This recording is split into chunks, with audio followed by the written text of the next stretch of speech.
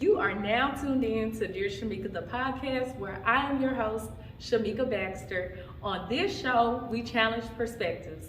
Let's get right into it.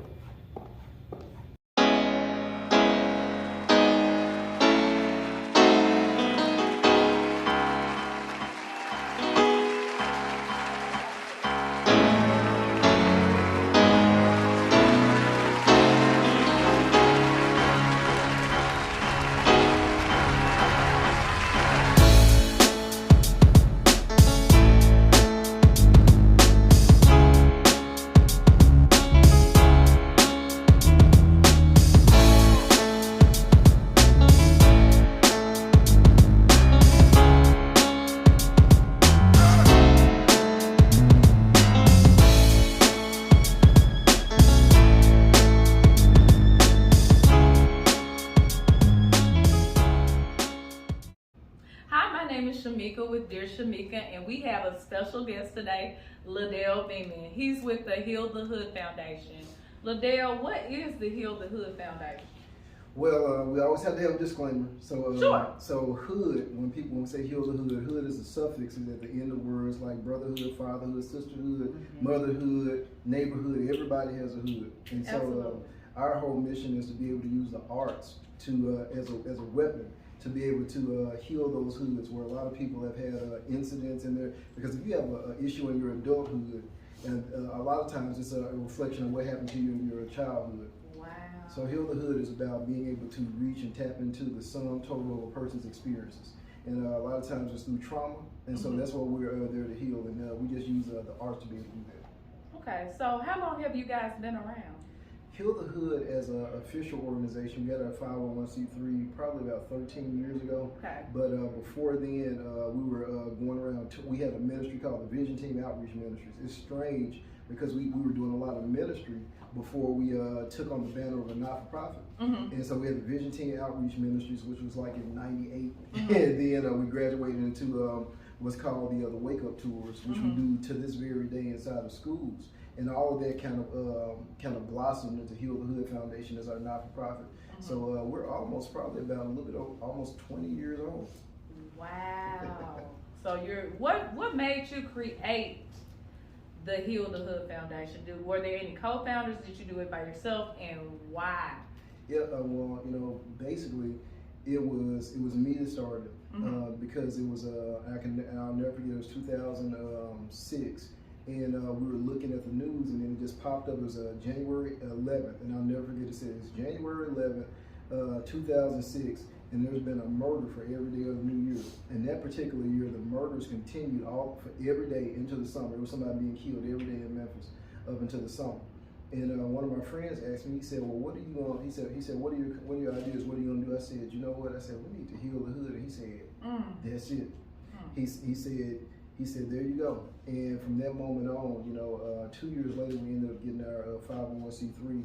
But we got a lot of students and kids together that were from the inner city, and we put together this movie project, the Heal the Hood movie project, because I've always been into the arts.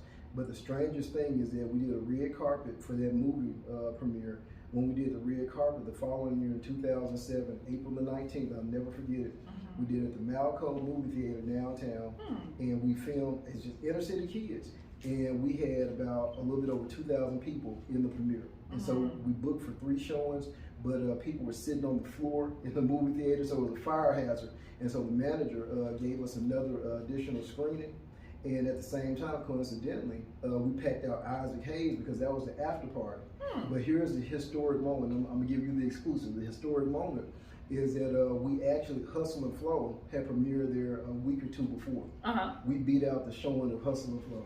Wow. From an independent movie that was, a meager budget to be able to do it, but it was just the kids. And so right now you see people like Lil Buck, who's juking and on commercials, all these huge commercials that he's doing in LA, and he's touring right now, but he's a major dancer in the industry and on all these commercials. Lil Buck got his start with the Heal the Hood Foundation. Wow. And that's what led us into doing work with Master P, and it's just a lot of people that we ended up doing work with because they saw what was happening with kids. Okay, is there a way, before I go on to my next question, is there a way people can access this movie You know what? We're putting it together for the first time as a documentary. Okay. Because we've taken clips from it and started kind of like putting it out there.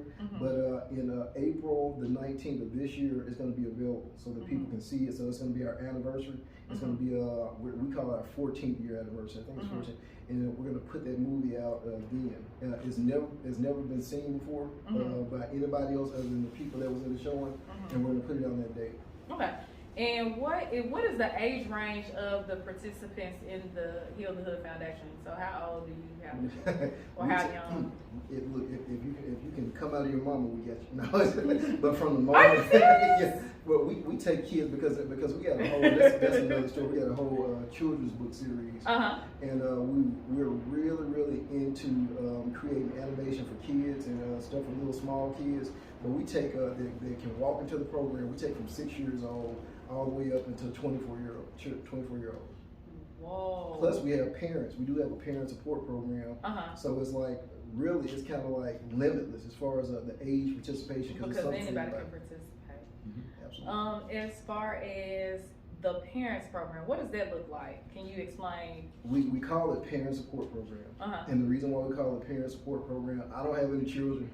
so when we did this, we don't want people to start thinking that we don't want to call it parent training because they want parents to start saying, you're trying to train us how to be a parent and teach us how to be a parent. But it's about a parent support program where we bring in different professionals that deal with financial literacy, that deal with just coping skills, being able to cope. Because a lot of times, we had a lady, she's 38 years old. She had 11 children and 22 grandchildren. How? She's 38. Wow. So think about how that happened. She started having children when she was 11. And then her children, it was like a generational curse where her children were having children when they were, 12 and 13 years old. Wow. And so all of them. And so you think about it, and this is true. She was 38 years old, 11 children, 22 grandchildren. And from Memphis? From Memphis. Wow. And those numbers were her at 38. So you think about when something happened to her in her childhood, there was nobody there to kind of like clinch on to her. And so that's when we started discovering that there's a lot of things you can see little smaller kids that are doing a lot of stuff that you just wouldn't imagine because of the way that society is and what is happening. And so we try to be interrupters. We try to interrupt kids before things happen instead of having to catch up later on. And that's the whole thing about it. You would rather instead of reaching these kids a long time after the process is happening, you want to intervene before it happens because then you have to start rehabilitating. So you talked briefly about the comic book series. Can you go more in detail about the comic book series? Yeah, it's strange enough. A lot of the characters that are here in the background, we created the comic book because and it's strange because right now when Black Panther and all these different Black Panther, Luke Cage, Black Lightning, all these black heroes that have come out, and we celebrated Black Panther most definitely when it came out because we're like, oh, we finally got our own hero. However, Black Panther was not created by a black person. Black Lightning wasn't created by a black person, African American. Luke Cage was not created by African American. As a matter of fact, a lot of these characters were created during the black exploitation period by people like Stan Lee and Jack Kirby. Wow. And so even now, the rights are owned by Disney to Black Panther and all these movies like that. And we're thinking, okay, it's such a big thing for black people, but it's big in the sense of, our face is there, but the bank, the money goes right back into Disney, which owns the rights to Marvel. And so it still goes right back into the Caucasians' hands, and it doesn't go back into the inner city, into our people's hands. So we wanted to create heroes where it was drawn by African Americans, it was written by African Americans, and it's based right here in the city of Memphis. And so we're showing Memphis in a different light. Absolutely. So like Superman has Metropolis, Batman has Gotham, and our character Wake has the city of Memphis, Tennessee. Okay. And so we're doing that's what attracted Robert Townsend to coming into Memphis for us a few times. And so we have this huge thing that's been brewing for the last few years because Robert Townsend heard the pitch from our comic book deal and wanted to do some stuff here. Okay, I know this is a little off subject. What neighborhood is he from? South Memphis. Why not the Haven? Well, see, here it is. A long time ago, there was a lot of stuff that was going on with South Memphis versus North Memphis. A long time ago. there was this thing that was going on. And so what we wanted to do was we actually wanted to show representation, you know, coming from the hoods where it was like a lot going on. And, so he's from South Memphis. From South Memphis, representing. And so what I did was we took these characters, gave them some amazing background stories, because there's a Memphis, Tennessee, but there's also a Memphis, Egypt. Oh, wow. And there's this whole parallel connection that we do. Because just like the Mississippi River that has all this trade and commerce and all this stuff, you have the Nile in Memphis, Egypt, with this whole thing with trade and commerce. And so you have the pyramids in Egypt, Memphis, Egypt. You have the pyramid that's built on the Mississippi River, and there's this huge thing. So there's, and you know what? I'll tell you this. I'll put this secret out here. There was an artifact deal that happened in Memphis where Ramses the Great exhibition happened years ago, and it was brought to the pyramid. And so I really take the story from there, because the Ramses that we saw in the pyramid, the exhibition, was the Ramses that was in the Bible from Moses and Ramses. And so I take this whole spiritual concept about this villain that was trapped inside of a vase during that time. Yeah. And he came over here during the Ramses the Great exhibition, and that's how that spirit got into Memphis. And so the villain that he fights is this stronghold called Mephisto. Wow. It's spelled Memphis too. And so it's a real amazing story. And so we try not to blow people away in the beginning. We just give them soft story until we really get to it. Yeah, because I'm blown away. You can tell I'm blown away. So you can take it, Miss Shamica, but a lot of people, but it's a different story, you know. Yeah, and also I also read up about these children's books you have, which are a twist on the. Can you talk a bit about the children's books? I can. That's what we did. We came up with what's called the Hood Fables. The Hood Fables are basically what we did with the old fables back in the day. We took them, and it's really like right now, you think about the Shelby County schools being in a situation where they're saying that only 11% of the students are proficient right now. Right. And that's what they're saying, you know, and there's a lot of factors with that. But we wanted to get African American kids reading again, and so we had to have representation on that. Absolutely. So instead of Jack and the Beanstalk, we have Leroy and the Turnipgreen. Oh my God. Instead of Hansel and Gretel, we have Hansel and Gertrude. Okay. You know, and then the white people, they had a Little Red Riding Hood. We just got Little Red. And so there's this whole. That sounds like something no. Little Red.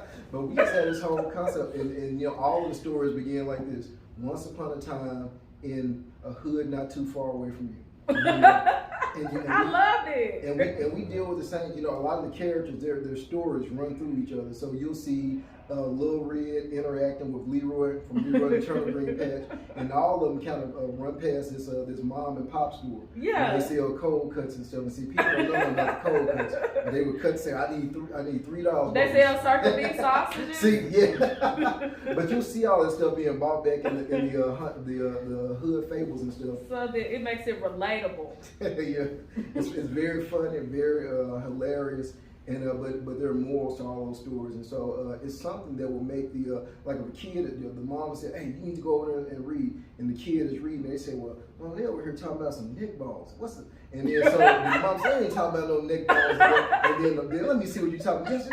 And they come over and start reading like relatable. It's relatable. You're not just talking about things that people don't know about. It's like it makes it relatable to the reader. Circling back to the Heal the Hood Foundation, what type of activities do you provide for the kids and young adults? A lot of our kids, when they come to us, they want to be in the arts. They want to sing, they want to dance, they want to rap, and that's what really brings the kids. Even comic book design, you know, because we teach there.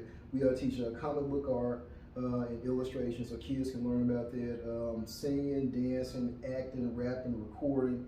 All of those different things we offer kids. Anything arts related, martial arts, we offer that as well. Wow. Because we have so many kids that want to get in. They don't want to just play sports, because see, that's Memphis is largely saturated by sports, but we really want to give kids an opportunity to where they can fit in. If they come to Heal the Hood, it's something that they can do. It's something that they can feel a part of, even if it's just sitting in front of the TV playing video games. We get that too.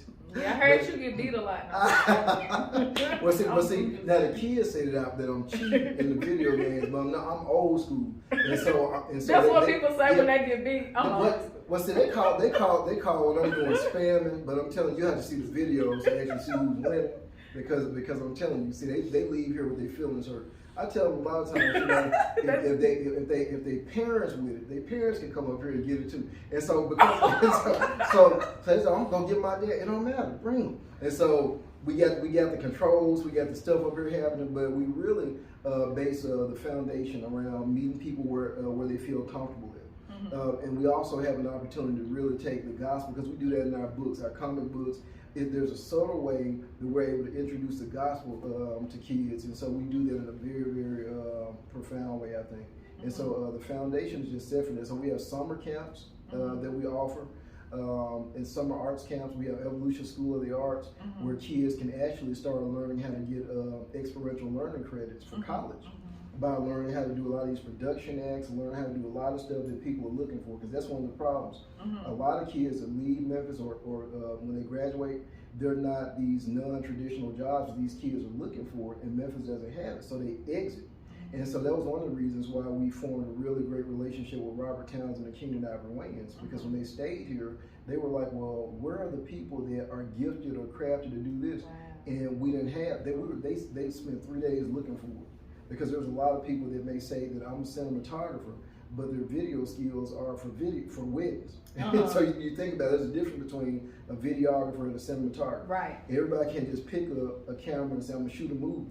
Because especially when, and so you have a lot of festivals that are done here, but you have people that are willing to, they're excited about it. And so everybody's a superstar in Memphis, everybody's an expert.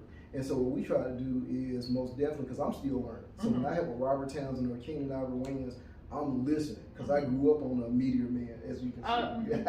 Hold on, you got Meteor Man? And we have a commissioned poster with Wake on it, Meteor Man, and Black Panther. Oh yes, yes. So we have a commissioned art piece with that on it, drawn by Marthias Wade, another African American who does a lot of our artwork.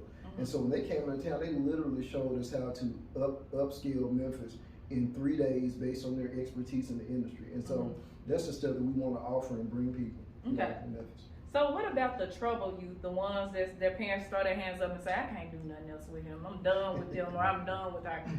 Do you accept those kids, and what do you do when those type of kids join your organization? Those are our favorite kids. See, what happens is a lot of these kids, and this is so weird. You may come into any event where we're doing mentoring on Saturdays, and you'll see all these kids. But little does the common eye know that there are Crips in here, they're Bloods. You look at it like, how do you have Crips, Bloods? You know how you have, and they're just normal kids, just coming around just because a lot of times at the core of it, they're still a kid, and we don't make a difference. We actually put the kids that are kind of trouble, that are in trouble a lot. We put them in the same room with the kids that have ease and conduct. And when you do that, it creates this energy. And so it all normalcy. It doesn't make them the bad kid, they just a kid. Absolutely, because they're labeled. We were put in the school, and they told us we're giving you all the bad kids. And when we got the kids, and they were like, well, they're gonna be, and they were scared, because this was a school where they were doing the slap the teacher TikTok. So it was a slap the teacher challenge. Oh, that's a thing? Oh yeah, so they were slapping the teachers on TikTok. And so they were like, well, you know, these kids, and so when we got them, the kids, we went in, and in 3 minutes, the kids were quiet, they were listening, they were asking questions, and they were participating and excited about coming back the following week. And so the administrators, they were on pins and needles, and they said, well, how did it go? Well, it went great. I mean, some good kids, and they were looking like, what? And it's because if you feel like you're not labeled, then you can, then there's a different expectation for you. But if you feel like you're being labeled, then right there, you're expected to be what they label you. But if you're not labeled, and I tell all kids, I say, I don't know anything about you. I say, I will only know what you show me. And so at that point, you know, those kids are like, okay, yeah, this ain't somebody who's saying I'm bad or I'm a villain. And so, you know, that's how we operate. So all kids are welcome. We've never had any fights at our events. We've done celebrity basketball games, all this stuff in the communities, but no fights, no shooting, none of it. And, you know, and that's been because we've been inclusive of everybody and no labeling. The only thing is that when you come in, we just try to make sure that we set an atmosphere for great things to happen. Yeah, so zip codes. Is it all zip codes within the city of Memphis? All zip codes. And believe it or not, when I say that in the inner cities where they actually expect these kids to be horrible, those are some of the schools that we've had the best reactions from those kids, because we have we have a magician, a hip hop magician, T Magic. A real hip hop, a real magician. A real magician. No kid. He has an energy drink out now. His name is T Magic. He's from Chicago but stays in Memphis. His brother got killed in Chicago, and then we embraced him and we just connected. And from there, and now he's huge. As a matter of fact, he's on his way to Florida. He does a lot of magic for a lot of the hip hop, the stars. But I saw him change a real dove into a box of Popeye's chicken, and he ate it. That's what I was like, what is going on? so you know that. So T Magic becomes famous in the hood because you can walk away with a box of Popeye's, bro. So because. It's weird, but he's doing like redemptive. He's doing redemptive magic because his brother, literally, the true story, when his brother got killed in Chicago, he was shot up in a Popeye's chicken. Oh wow! And so it's kind of there's this thing that he's doing, and he's teaching people how to bring roses from the ashes. Teaching people how to take your bad experiences and really take yourself to the next level from it. So what's powerful about that is taking that dove, changing it into a box of Popeye's chicken, where you can actually see, hey, my brother came from this lifestyle, but I came from it too, but I became more productive in my lifestyle. So yeah. Okay, so for anyone that's wanting to join the Heal the Hood Foundation, what advice would you have for them? I would tell people to most definitely reach out to us at www.hthmemphis.org. I'll repeat that again because we got a train coming by. so I'll tell people to comb our site at www, 3 W's. I don't know if people still use the W's no more, but hthmemphis.org, and comb through the site first. Google us first to see if it's a place that you really want to connect with, because the thing about it is that even in our music, we're training young people where there is no cussing in the music, where there's no disrespecting women in the music, where and we really do that on purpose. We make sure that when people come in, it's not about you don't have to be clean when you come to us, but you have to have an open mind, being willing to take it to the next level. Because I look at Michael Jackson. That's one of my favorite all-time artists. And Michael was so creative. He was. And he was so open, but you don't hear it. Now, there's probably one, well, I won't put that out there, but he created, like, Beat It. Beat It was an anti-gang song. Really? Did not know that. Yeah, you better run, you better do what you can. You're playing with your life, this ain't no truth in there. Oh, they'll God. kick you in your beat, and they'll you feeling it. Tell you it's fair. Look, you are feeling it. I can tell that's your favorite song. Yeah, so I'm a lyricist, but Beat It was an anti-gang song. And Billie Jean was a song where he was literally had an opportunity to say, this is not my kid. It was one of those songs about really a man saying, it's not mine. You saying it's mine, but it's all these different messages that he had literally in his music. And so there's a way to be very, very creative without having to disrespect anybody. Right now, I don't as a musician, I don't do any music that my grandmother couldn't listen to. Wow. That's really important to me.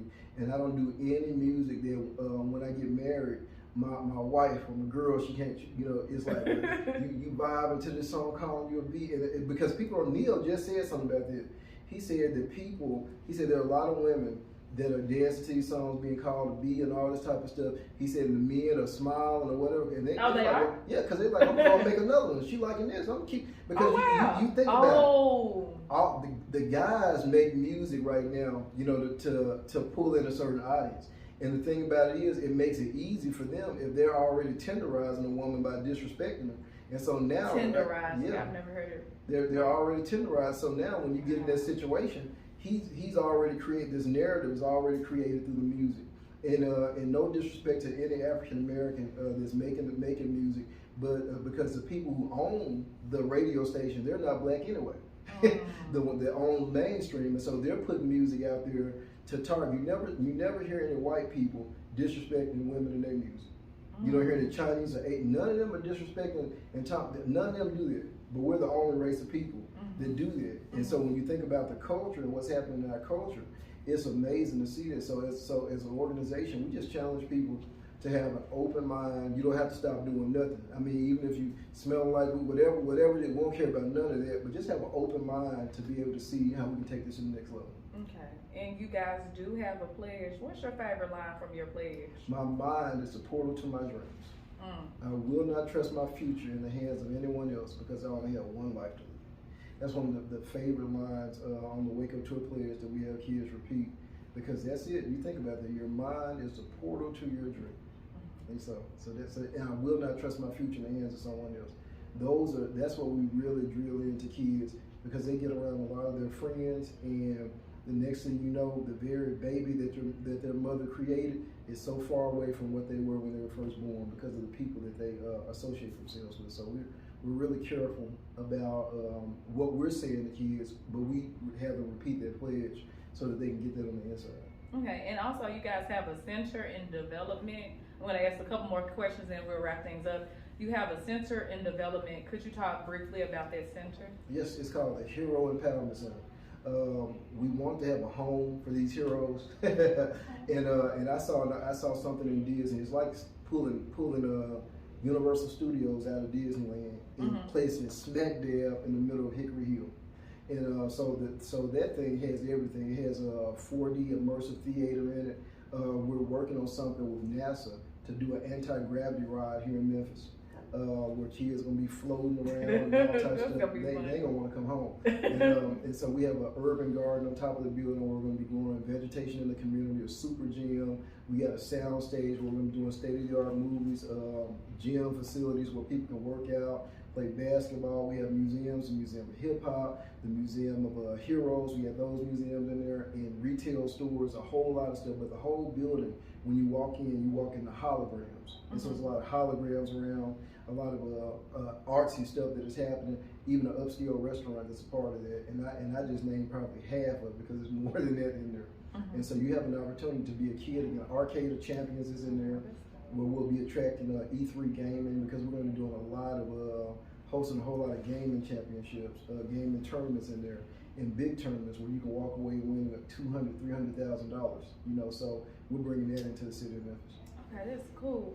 And then this is the last question. So, what advice would you give to someone who's wanting to help youth or wanting to be a better parent but doesn't know how?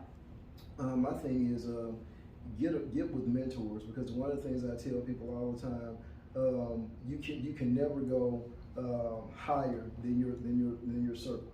If you have a circle of people that are just talking about clubbing every night and drinking Patron, and you must have heard it recently. But that's the thing. I mean, people that are in your circle, and everybody's always talking about, man, when I get rich one day. No. Because that's really how it is. That's the reality of. Yeah, but see, if you get around somebody who understands wealth and understands how to become what you want to become, because and that's the thing, I can't tell you how to become something. I can give you that advice, but I have to have something in my wheelhouse to be able to pull from to give you that experience if you're trying to take it to the next level. And so if we can't grow together, if I can't inspire you to grow, then we don't need to be connected. And so I tell people that are mothers, children, young people that are coming up, connect to your future. Connect to somebody that's where you want to go. Connect to your future. Even when people start getting married and the people that you want to connect with, we always want the guy with the abs and the big muscles and all this type of stuff and the money. And sometimes it's the guy that got the Dunlap, whose belly done lapped over his belly. That can love you, you know. The Dunlap? Ain't that a street? Yeah. But his belly just done lapped. But sometimes it's that guy that may look like that, but has a mindset to be able to take you to. He can exercise. You know, he might not be, but he can exercise. And he's somebody who can grow with you and you know, go there with you. Dunlap. So that's what you need to connect. My advice: connect to something, to somebody who can take you to where you imagine yourself in the future. Absolutely.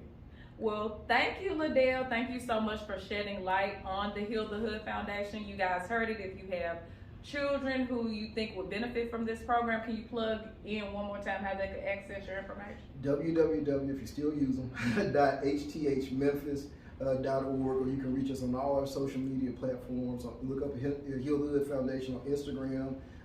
Same thing on Facebook, Heal the Hood Foundation of Memphis, and you'll catch us out there. Or just Google Heal the Hood Foundation of Memphis, and you'll see a lot of amazing things that pops up and ways you can get engaged. Hey, what's up, y'all? My name is Trey. I'm 22 years old, R&B singer from Memphis, and just here to sing a little bit for you. It's getting hard for me whenever I think about you. Yeah, yeah, yeah, yeah. But baby, it ain't hard to see that I can't live without you. Yeah. So I give you my all, you gave it right back. You know that I take things like that to my heart. Oh, nah. So I did everything that I'm supposed to. The only thing I wanna do is hold you in my arms. Oh, nah. You made me fall in love, babe. When you told me you loved me. Well, can you say it again? Say it again. Say it again. When you look me in my eyes, said I get this feeling inside, and that you wanna be more than friends. So let's not pretend like this is the end. Just say you love me back. Woo! Yes, sir! That's how.